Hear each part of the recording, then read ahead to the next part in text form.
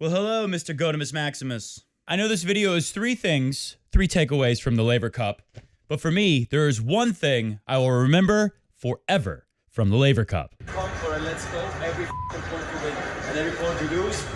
Doesn't matter, no one negative face now. The problem is when you don't have the season you want, it's always like, oh, I knew it, oh.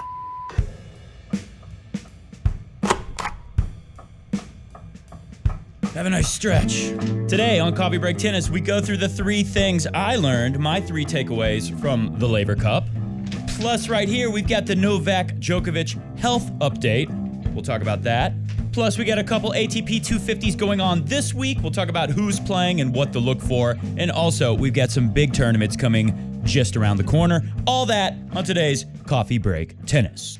Let's get right into today's show with my three things. Let's just kick that off right away. My number one thing is do not take for granted that Rafa Nadal will win 2 more majors for sure. Take a look at this picture. A picture says 1,000 words, I do believe a wise man once said.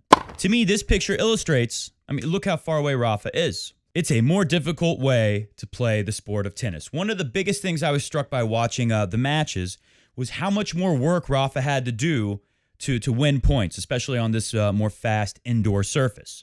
If you didn't see the match, it was an epic battle that Rafa had with Milos Raonic, despite getting through in straight sets. He had to save some crazy number like 20 break points. There were games where Rafa was trying to hold serve that lasted over 10 minutes long. And like I said, look at that picture.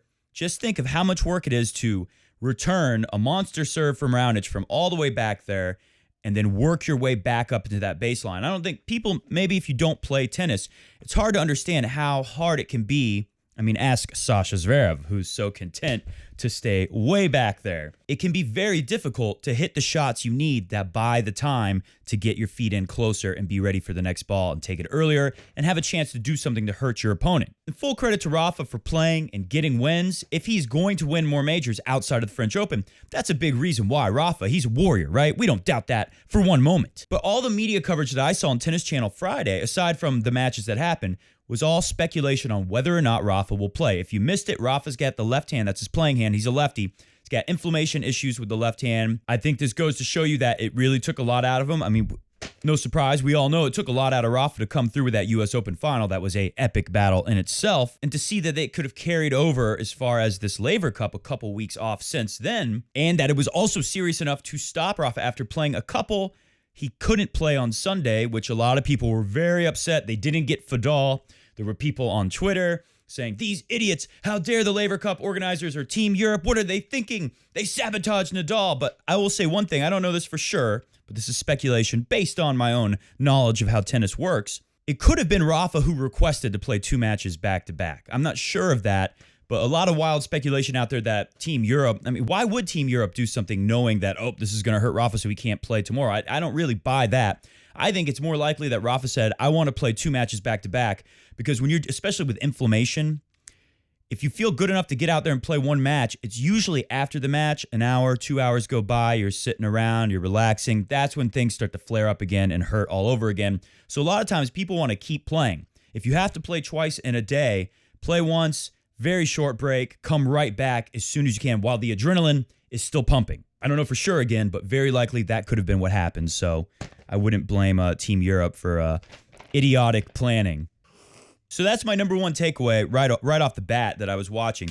Look at how much harder it is for Nadal to win these matches on faster courts, which, of course, if he's going to win off of the French Open, the other 3 majors all play faster and all require more work from him. If I'm a Rafa fan, I'm not very thrilled to see that Rafa's dealing with this issue a couple weeks after the U.S. Open.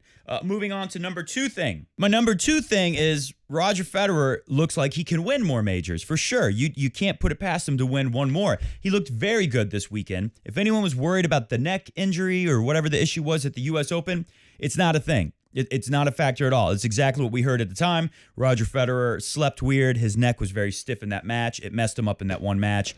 It's gone. But the way Roger Federer is moving and playing at his age, I know it's an indoor court. Roger Federer likes the indoor courts much better. But it looks good if you're a Fed fan and you hope that he can win 1 more major. You're sad that he didn't win in 2019. I think going back to the stuff we talked about on our last show, all the reports that, Roger's going to retire soon. He's going to announce that retirement soon, and he had such a disappointing U.S. Open.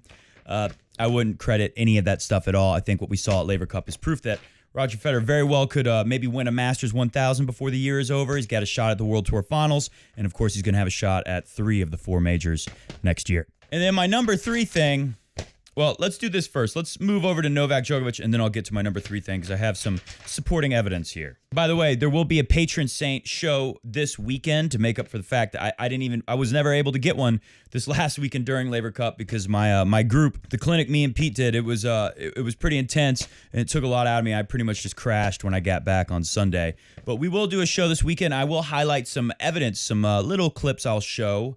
Hopefully we'll be okay for showing the clips of Roger Federer's movement at the Laver Cup, which was just astounding. I mean, he was moving better than anyone. He looks so fast at his age.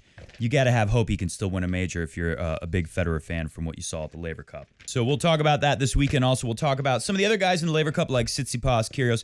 They could be playing each other this weekend. Who knows? So we got a couple ATP 250s we'll talk about this weekend on the show as well on the Patron Saint Podcast. If you're not a Patron Saint, very easy to fix that. Go to patreon.com/Coffee Break Tennis. Before my number 3 takeaway about Laver Cup, let's go over to Novak Djokovic. This is tennis365.com, which did the Federer's retiring stuff last week. They quote, the source in this, where they get the Djokovic quotes, is The Express. So here we got Novak Djokovic, optimistic about making Asia swing after reporting positive progress in injury battle. Novak Djokovic admits he is likely to withdraw from Japan next week, but says he is optimistic it will be the only tournament he misses. Here's the quote from Novak. I've been training without pain for 2 days. That makes me optimistic about the idea of fulfilling my calendar, as quoted saying in The Express. Between today and tomorrow, I will decide if I play Tokyo, but I feel very safe in Shanghai. So there's your latest Novak Djokovic news. If he's really playing without pain, that's a great sign. Maybe he's 100%. We shall see. There's really nothing more to it than that. And before I crumple it up and the recycling people get upset with me, I had one note on here, a 4th thing that I almost said. Here it is. Next Gen and Lost Gen have no chance against GOAT Gen. Just take a look at this graphic. Put that on the screen for us. Raonic with a head-to-head against Fadal. This is just Federer and Nadal. Don't even factor in Joker. 5-18. That's a lot of tries. Although 5 is impressive compared to the rest of the team world guys. Kyrgios 4-9. Isner 3-14. Sock 0-9. Shapo 1-2. And Fritzy Boy 0-2. The American players 0-11 together combined. My number 3 takeaway from the Laver Cup is the Laver Cup is awesome. It's here to stay. So I had the clinic this weekend with Crunch Time Coaching's Peter Freeman, and all the guys, it was an all-guys group this weekend. It was a really good group. Guys could play. We had a lot of fun hitting a lot of tennis balls, a lot of time on court. All those guys were always asking me, hey, what's going on with the Laver Cup? I was updating people on the scores because we were running our clinic and doing our drills and match play and stuff like that, during the day this weekend. So Laver Cup was pretty much on. We missed most of the Laver Cup, but I was always checking the phone, keeping track of what was going on, and everyone around me wanted to know. But Pete kept saying, he basically kept comparing the Washington Generals to Team World, and he does have kind of a point. We just looked at the head-to-head versus Vidal, but there's no doubt in my mind these guys play so hard, and this is why I picked this one thing from Milos.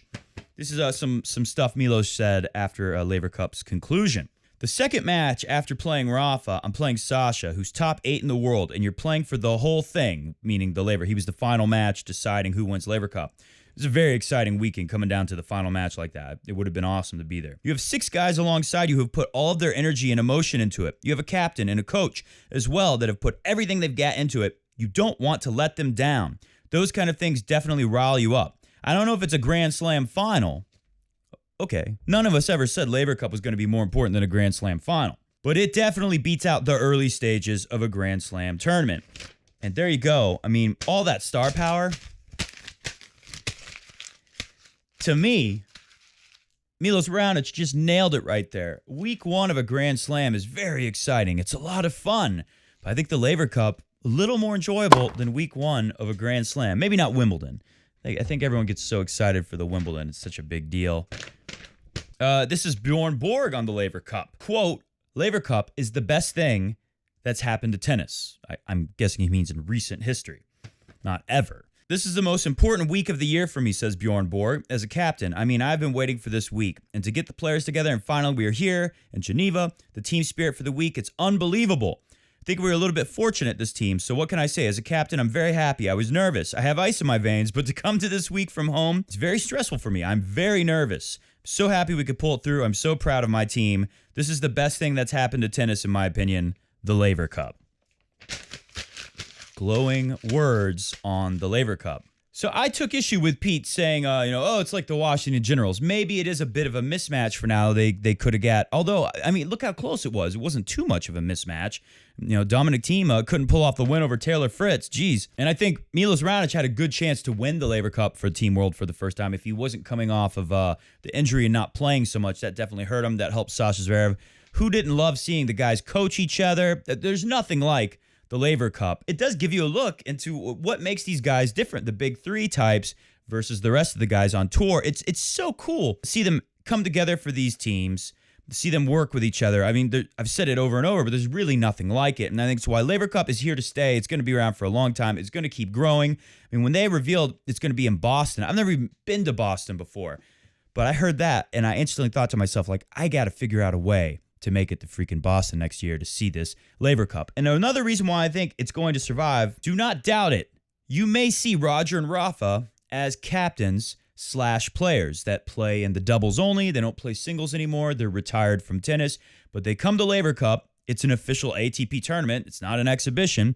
You see how hard Raonic is talking about the guys on your team make you want to play for them, all of the energy. And as I told Pete, if you came out there and you didn't treat it like it's a freaking Grand Slam, you're not going to get invited back, and I'm sure it's a pretty nice payday for those guys, especially those younger guys on the tour. So don't be shocked one day for Laver Cup to be the way for people to see Roger, Rafa, Joker, any legends of the game who are retired but still young enough to play a high level of tennis, come out there, be captains, coach their teammates like you saw, and still play through the doubles format. All right, hit the music. We're going to get out of here.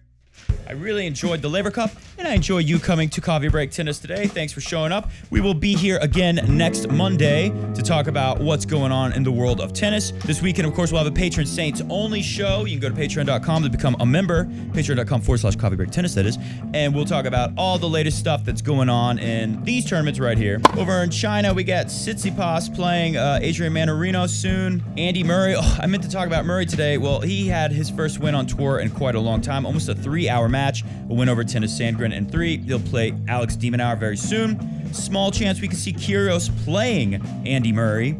That's asking a lot for a couple more wins from both of those guys, but it could happen, and we very well could see a Tsitsipas-Kyrgios rematch in the finals of this tournament. How exciting would that be? Over at the Chengdu Open, so both of these tournaments, Zhuhai and Chengdu.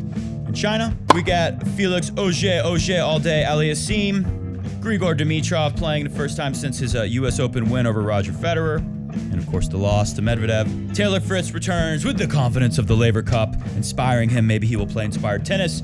Shapo will be there, Isner, and some other losers. All right. Just kidding. ATP 250s. Gotta respect the guys who play there. Thanks for watching Coffee Break Tennis. We'll see the Patron Saints this weekend, and we'll see everyone else next Monday. See ya!